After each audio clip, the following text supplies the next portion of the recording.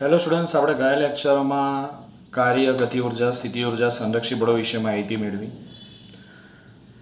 જેમાં આપણે વાત કરી કે સ્પ્રિંગ બળ, ગુરુત્વ બળ અને વિદ્યુતીય બળ એ સંરક્ષી બળો છે, જેની બુકમાં વ્યાખ્યા કંઈક આપણે આ પ્રમાણે આપેલી છે કે સ્પ્રિંગ બળ કે ગુરુત્વ બળની વિરુદ્ધ દિશામાં બાહ્ય બળ વડે જ્યારે પદાર્થને એક સ્થાનેથી બીજા સ્થાને લઈ જવામાં આવે ત્યારે સ્પ્રિંગ બળ કે ગુરુત્વ બળની વિરુદ્ધ દિશામાં કરવું પડતું કાર્ય પદાર્થની અંદર સ્થિતિ ઉર્જા સ્વરૂપે સંગ્રહ પામે છે. પરંતુ આ બળ દૂર કરવામાં આવે, બાહ્ય બળો દૂર કરવામાં આવે તો પદાર્થ ગતિમાં આવીને ગતિ ઉર્જા પ્રાપ્ત કરે છે. એટલે કે પદાર્થ જેટલી સ્થિતિ ઉર્જા ગુમાવે છે સામે તેટલી જ ગતિ ઉર્જા મેળવે છે. આથી ગતિ ઉર્જા અને સ્થિતિ ઉર્જાનો સરવાળો અચળ રહે છે અને આવા બળોને આપણે સંરક્ષી બળો કહીએ છીએ. આજના લેક્ચરમાં આપણે વાત કરીશું વિદ્યુતીય સ્થિતિ ઉર્જા, જેને આપણે સ્થિત વિદ્યુતીય સ્થિતિ ઉર્જા તરીકે પણ ઓળખીએ છીએ. તો જોઈએ આપણે સ્થિત વિદ્યુતીય સ્થિતિ ઉર્જાની વ્યાખ્યા સમજીએ. ધારો કે આપણી જોડે એક કેપિટલ ક્યુ વિદ્યુત ભાર છે, જેને આપણે સ્ત્રોત વિદ્યુત ભાર કહી શકીએ. તો એનું લખી જ નાખું કે ભાઈ આ જે વિદ્યુત ભાર છે એ સ્ત્રોત વિદ્યુત ભાર છે. તો તમને પ્રશ્ન થાય કે સાહેબ સ્ત્રોત વિદ્યુત ભાર એટલે શું? તો જે વિદ્યુત ભાર વિદ્યુત ક્ષેત્ર ઉત્પન્ન કરે છે એ વિદ્યુત ભારને આપણે સ્ત્રોત વિદ્યુત ભાર કહીએ છીએ. અને આ વિદ્યુત ભારના વિદ્યુત ક્ષેત્રમાં મેં પી બિંદુ પાસે એક સ્મોલ ક્યુ વિદ્યુત ભાર મૂકેલો છે. આ વિદ્યુત ભારને આપણે નામ આપી દઈએ પરીક્ષણ વિદ્યુત ભાર. સ્મોલ ક્યુ વિદ્યુત ભારને આપણે નામ આપી દઈએ પરીક્ષણ વિદ્યુત ભાર. પરીક્ષણ વિદ્યુત ભાર એટલે શું? તો જે વિદ્યુત ભાર વિદ્યુત ક્ષેત્રનું માપન કરે છે તેને પરીક્ષણ વિદ્યુત ભાર કહેવાય. અને પરીક્ષણ વિદ્યુત ભારનું મૂલ્ય કેવું લેવામાં આવે? તો પરીક્ષણ વિદ્યુત ભારનું મૂલ્ય ખૂબ જ નાનું લેવામાં આવે છે. હવે આપણે જોઈ શકીએ કે સ્ત્રોત વિદ્યુત ભાર અને પરીક્ષણ વિદ્યુત ભાર બંને ધન વિદ્યુત ભારિત છે. આથી બંને વચ્ચે કયું બળ લાગશે? આથી બંને વચ્ચે અપાકર્ષી બળ લાગે છે. આથી જે આ કેપિટલ ક્યુ વિદ્યુત ભાર છે, સ્મોલ ક્યુ વિદ્યુત ભારને અપાકર્ષી બળ લગાડે છે. આ અપાકર્ષી બળને કારણે આ પરીક્ષણ વિદ્યુત ભાર એ કેપિટલ ક્યુ વિદ્યુત ભારથી દૂર તરફ ગતિ કરે છે, દૂરની તરફ ગતિ કરે છે. ધારો કે સ્મોલ ક્યુ વિદ્યુત ભાર v વેગથી ગતિ કરતો હોય તો એને પ્રાપ્ત કરેલી ગતિ ઉર્જા 1/2 mv² થાય. તો આ ઉર્જા એને ક્યાંથી મળી? તો આપણે કહી શકીએ કે પી બિંદુ પાસે ક્યુ વિદ્યુત ભાર પાસે કંઈક ઉર્જા હશે, અથવા ક્યુ વિદ્યુત ભારની અંદર કંઈક ઉર્જા સંગ્રહ પામેલી હશે, જે ઉર્જા તેને ગતિ ઉર્જા સ્વરૂપે મળે છે. તો પી બિંદુ પાસે ક્યુ વિદ્યુત ભારની અંદર કઈ ઉર્જા સંગ્રહ પામેલી છે? તો પી બિંદુ પાસે ક્યુ વિદ્યુત ભારની અંદર પોટેન્શિયલ એનર્જી એટલે કે સ્થિતિ ઉર્જા સંગ્રહ પામેલી હશે, જે તેને ગતિ ઉર્જા સ્વરૂપે મળે છે. તો આ સ્થિતિ ઉર્જા એટલે શું? અને આ સ્થિતિ ઉર્જા પરીક્ષણ વિદ્યુત ભાર જોડે આવી ક્યાંથી એ આપણે સમજવાનું છે. ઓકે, તો એને આપણે એક સ્પ્રિંગના ઉદાહરણ દ્વારા સમજીએ. ચલો, અહીંયા સુધી ક્લિયર થાય છે. અહીંયા કેપિટલ ક્યુ વિદ્યુત ભાર વડે ઉદ્ભવતા વિદ્યુત ક્ષેત્રમાં મેં એક પરીક્ષણ વિદ્યુત ભાર મૂકેલો છે. બંને વિદ્યુત ભારો વચ્ચે અપાકર્ષી બળ લાગે છે, જેથી પરીક્ષણ વિદ્યુત ભાર કેપિટલ ક્યુ વિદ્યુત ભારથી દૂરની તરફ ગતિ કરે. જો v વેગથી ગતિ કરતો હોય તો એને પ્રાપ્ત કરેલી ગતિ ઉર્જા 1/2 mv² જેટલી થાય. આ ઉર્જા એ પી બિંદુ પાસે ક્યુ વિદ્યુત ભારમાં સંગ્રહ પામેલી સ્થિતિ ઉર્જાને કારણે મળે છે. તો આપણો પ્રશ્ન એ છે કે ભાઈ આ સ્થિતિ ઉર્જા પરીક્ષણ વિદ્યુત ભારને મળી ક્યાંથી અથવા આવી ક્યાંથી? બસ એને આપણે સમજવાનું છે. સમજીએ આપણે. ચલો, સ્પ્રિંગના ઉદાહરણ દ્વારા સમજીએ આપણે. ચલો, ધ્યાન આપજો. અહીંયા સ્પ્રિંગ વાળી થિયરી આપણે ધોરણ 11માં ચેપ્ટર 6 ની અંદર ભણીને આવ્યા છીએ. આ એક સ્પ્રિંગ લઈ લઈએ.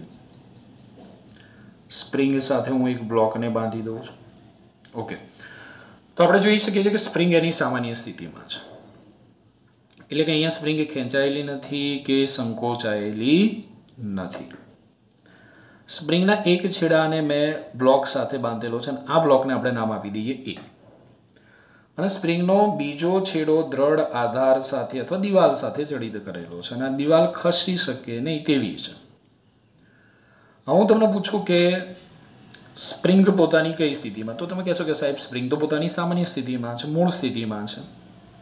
અહીંયા સ્પ્રિંગ ખેંચાયેલી નથી, સંકોચાયેલી નથી. આથી સ્પ્રિંગ એની સામાન્ય સ્થિતિમાં છે તેમ કહેવાય. બીજો ક્વેશ્ચન પૂછું તો સ્પ્રિંગમાં સંગ્રહિત ઉર્જા કેટલી હોય? તો તમે કહેશો કે સાહેબ સ્પ્રિંગ પોતાની સામાન્ય સ્થિતિમાં છે તો સ્પ્રિંગમાં સંગ્રહ પામેલી પોટેન્શિયલ એનર્જી તો 0 થશે, કારણ કે અહીંયા સ્પ્રિંગ ખેંચાયેલી પણ નથી અને સંકોચાયેલી પણ નથી, આપણે કોઈ કાર્ય કરવું જ પડતું નથી, એટલે સ્પ્રિંગમાં સંગ્રહ પામેલી સ્થિતિ ઉર્જા 0 છે. હવે આપણે કઈ રીતે કહી શકીએ કે સ્પ્રિંગમાં કોઈ ઉર્જા નથી, અથવા આ ઉર્જા આપણે સ્પ્રિંગ અને બ્લોકથી બનતા તંત્રની પણ ગણી શકીએ છીએ.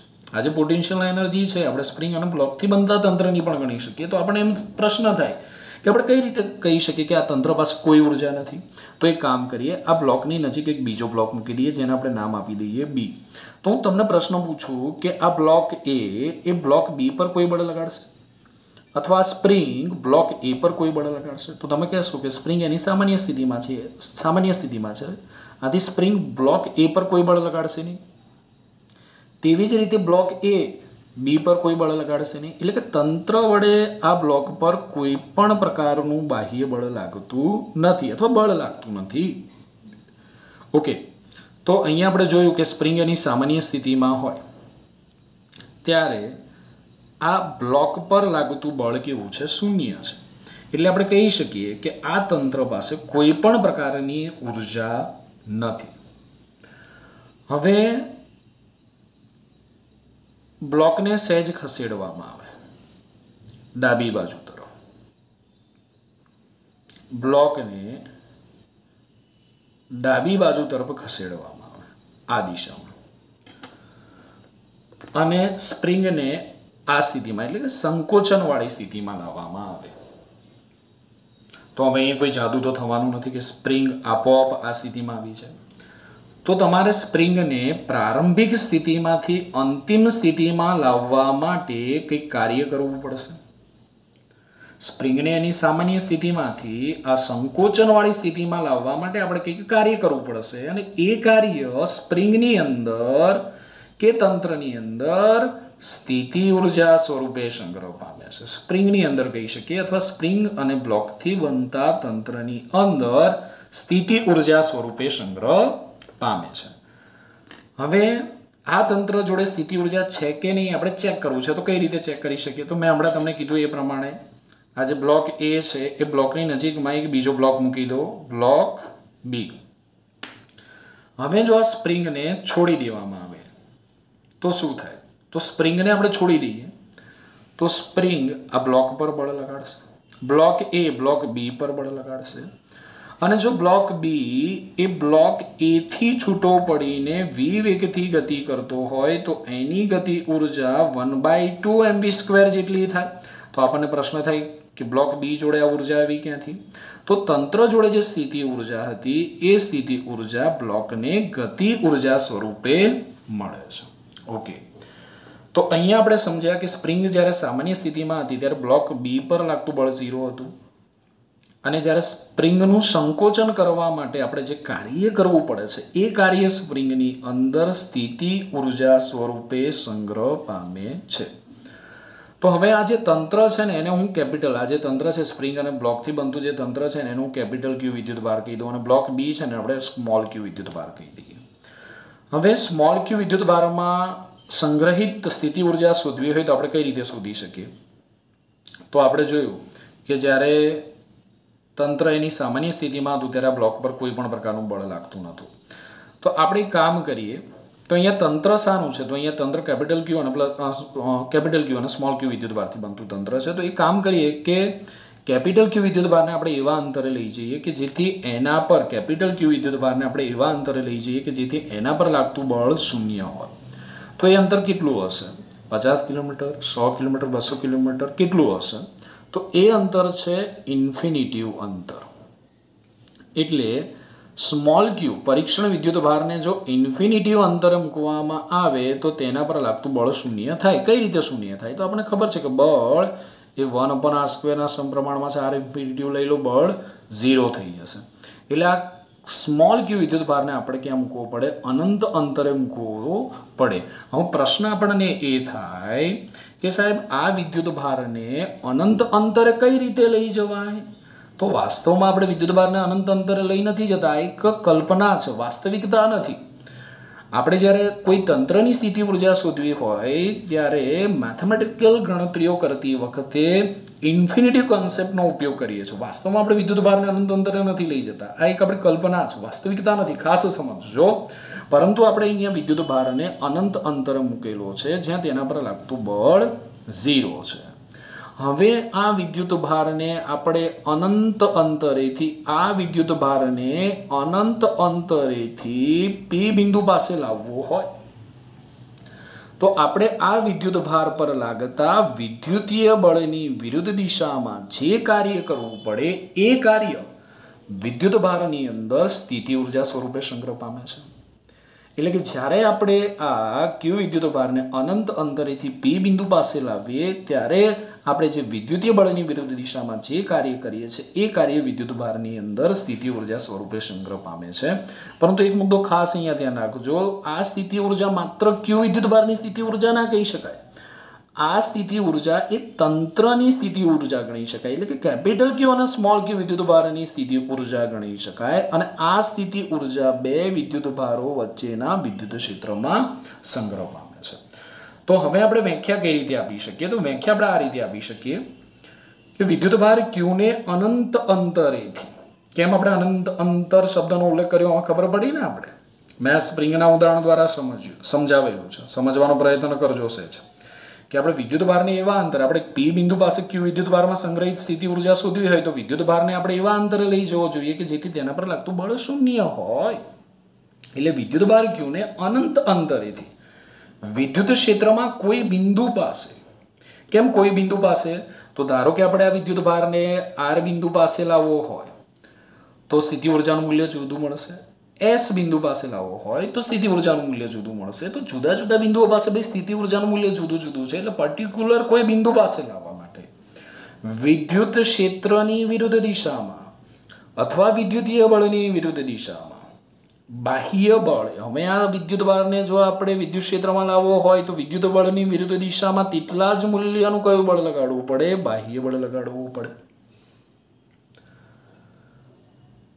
તો અહીં આપણે કહી શકીએ કે વિદ્યુત ક્ષેત્રની વિરુદ્ધ દિશામાં બાહ્ય બળ વડે કરવા પડતા કાર્યને તે બિંદુ પાસે તે વિદ્યુત ભારની અથવા તંત્રની સ્થિતિ ઉર્જા કહીએ છીએ. તો વિદ્યુત ભારને આપણે ક્યાં મૂકેલો છે?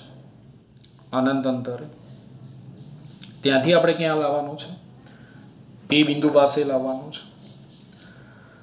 ફરીથી કહું છું, વિદ્યુત ભારને ક્યાં મૂકેલો છે? તો વિદ્યુત ભારને અનંત અંતરે મૂકેલો છે. ત્યાંથી આપણે વિદ્યુત ભારને ક્યાં લાવવાનું છે? P બિંદુ પાસે લાવવાનું છે. કેવી રીતે લાવવાનું છે? પ્રવેગ રહિત લાવવાનું છે. આ એક મુદ્દો પણ સમજવાનો છે, જો એક એક શબ્દ વ્યાખ્યાની અંદર સમજવાનો છે. તો આપણે વિદ્યુત ભાર Q ને ઇન્ફિનિટીથી P બિંદુ પાસે લાવવો હોય તો જરૂરી બાહ્ય બળ F એક્સટર્નલ છે અને વિદ્યુત ભાર Q પર લાગતું વિદ્યુતીય બળ Fe છે. તો આપણે કેટલા મૂલ્યનું બાહ્ય બળ લગાડવું પડે? તો લગભગ આપણે વિદ્યુતીય બળ જેટલું જ બળ આ વિદ્યુત ભાર પર લગાડવું પડે. તો પછી આપણે અહીંયા કહી શકીએ કે આ બંને જે બળો છે, વિદ્યુતીય બળો અને બાહ્ય બળો, એ લગભગ કેવા મૂલ્યના હશે? સમાન મૂલ્યના હશે, પરસ્પર વિરુદ્ધ દિશામાં હશે. આથી વિદ્યુત ભારને આપણે જ્યારે લાવીએ છીએ ત્યારે એ વિદ્યુત ભાર પર લાગતું પરિણામી બળ 0 થશે. જો પરિણામી બળ 0 હોય તો પ્રવેગ 0 થાય. પ્રવેગ 0 હોય તો વેગ કેવો હોય? અચળ હોય.